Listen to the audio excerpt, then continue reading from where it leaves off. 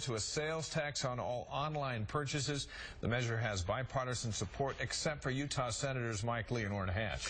Political specialist Richard Piatt's in the newsroom with more on this vote and what it could mean that's coming next. Well, what's going to mean is potentially you'll have to pay sales tax on everything. It's kind of a bittersweet pill for most of us who buy things online. We're just not used to having to pay sales tax for everything, especially on sites like Amazon. But for local governments and for small mom and pop businesses, this is a fairness issue and a resolution that's long overdue. Kate Bradshaw is a rare person in Utah, a less than 1%er. That is, she's one of the few who pays the estimated sales tax on what she buys online. Part of that is because of her job with the Utah Retail Merchants Association, and part of it, she says, is conscience.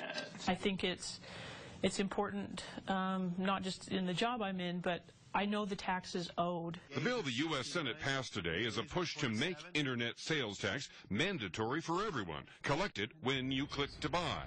Each of those millions of purchases will add up. $25 billion a year nationwide, $120 million or so here in Utah. Utah legislator Wayne Harper is one of those who's been pushing for the online sales tax for years. I'm concerned about each business having the same tax policy and the same accountability and fairness, and that's why I got in it years ago. Betsy Burton of King's English Bookstore agrees, finding it harder every year to compete with online retailers like Amazon. She says today's vote is a victory, but Overstock.com says it's more of a burden for them. Figuring tax rates in 9,600 different areas is a problem, they say.